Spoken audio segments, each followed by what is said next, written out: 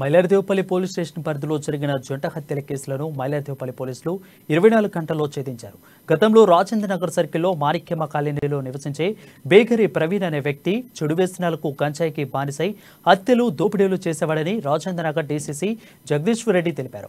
2011లో Rajendra Nagar police station పరిధిలో జరిగిన 3 మర్డర్ల కేసులు, బేగం బజార్ పిఎస్ పరిధిలో 2 మర్డర్ల కేసులో ప్రవీణ్ కూడా నిందితుడిగా ఉన్నాడని డీసీపీ వివరించారు.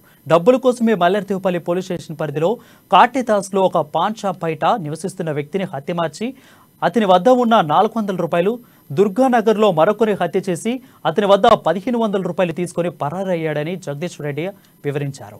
మనం రైల్వే దగ్గరలో ఉంది కాబట్టి దీన్ని కూడా విచారించి మనం చేస్తే ఇతని ప్రజెన్స్ ఉంది అక్కడ.